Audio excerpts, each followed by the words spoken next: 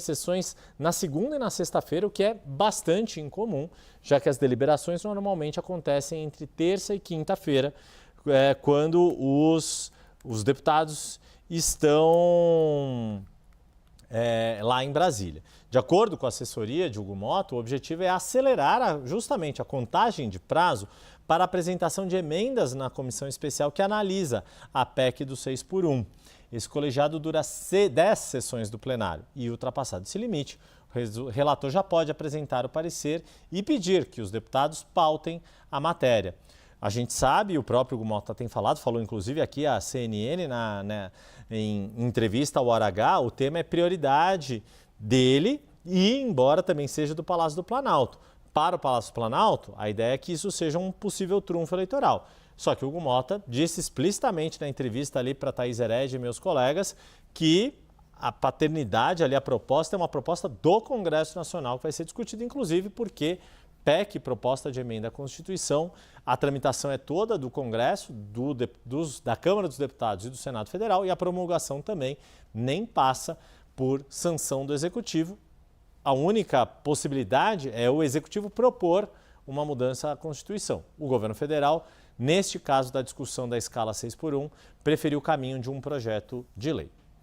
E a Justiça da Itália marcou para o dia 22 deste mês o julgamento do processo de extradição da ex-deputada federal Carla Zambelli, que foi condenada pelo Supremo Tribunal Federal Brasileiro por invasão dos sistemas do CNJ, o Conselho Nacional de Justiça, e vale lembrar, ela está presa na Itália desde o ano passado.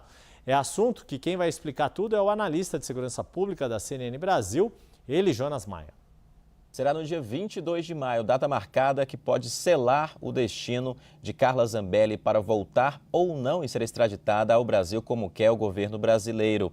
Esse recurso vai ser apreciado pela Corte de Apelação da Itália e terá participação, além da defesa da ex-deputada federal, também da AGU, que é a Advocacia Geral da União aqui do Brasil, e também da Embaixada do Brasil na Itália, que acompanha de perto esse processo. A Carla Zambelli está presa desde o dia 29 de julho do ano passado e foi condenada pelo Supremo Tribunal Federal a 10 anos e 3 meses de prisão pelo caso de invasão aos sistemas do CNJ, Conselho Nacional de Justiça, quando, segundo a acusação e a condenação, ela se aliou ao hacker Walter Delgatti Neto e invadiu o sistema do CNJ para colocar no sistema um mandado de prisão falso contra o ministro Alexandre de Moraes, que na época era presidente do TSE, o Tribunal Superior Eleitoral. Com a condenação, Carla Zambelli saiu do Brasil, foi para os Estados Unidos e aí se tornou uma foragida internacional. Chegando à Itália, inclusive, ela teve o nome colocado na difusão vermelha da Interpol e aí se tornou uma foragida internacional em 190 países.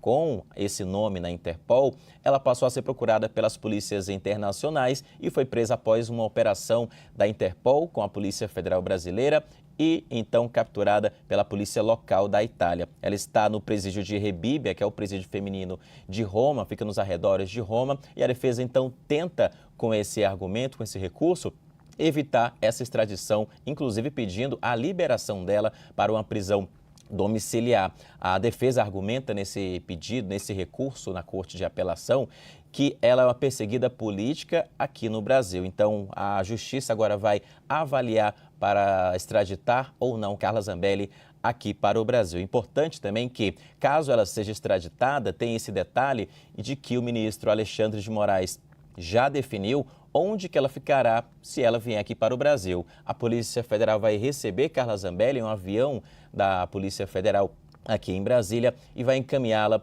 à Penitenciária Federal do DF, Distrito Federal, que é conhecida como Colmeia. Então, esse é o próximo passo que a gente tem que acompanhar. Dia 22 de maio, a apreciação desse recurso na Justiça italiana.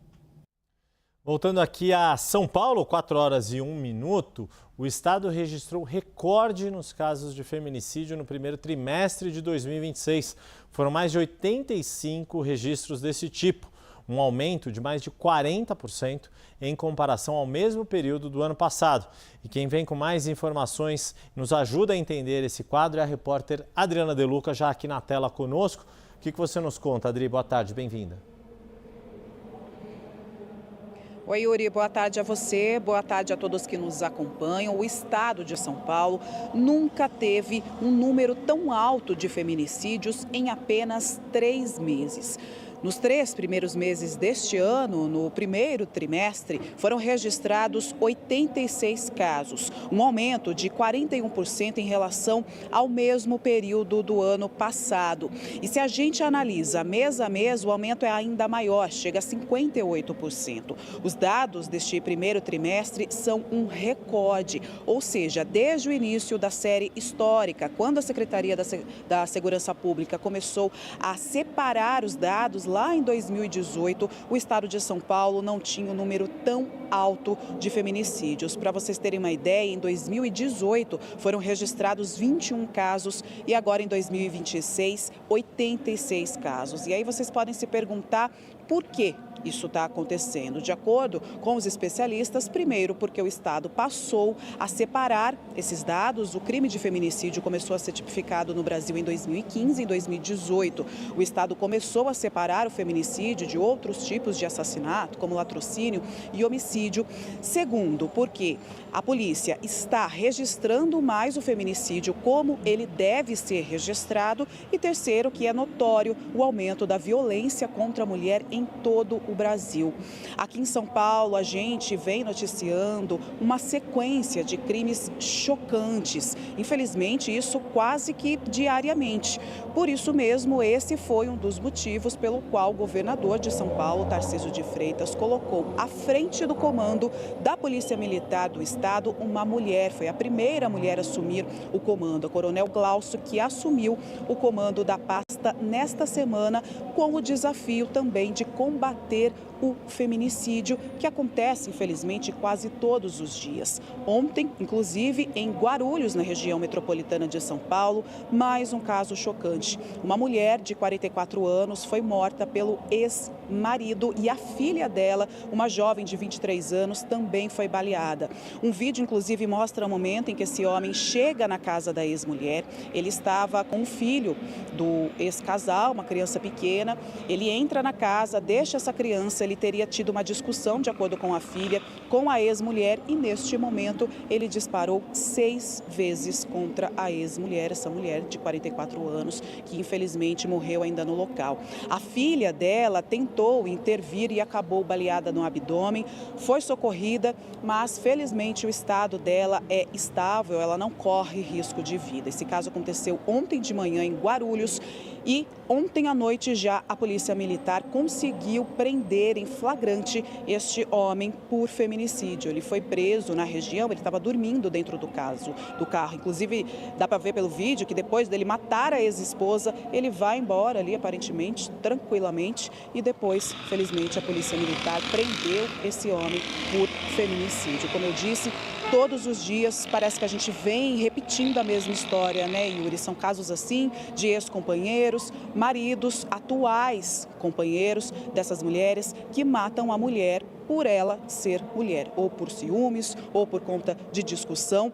De acordo com a Secretaria da Segurança Pública de São Paulo, combater o feminicídio é uma das prioridades, se não a principal prioridade do governo, principalmente porque a gente sabe é ano eleitoral e este com certeza vai ser um tema importante durante as eleições, né, Yuri? Conto com você.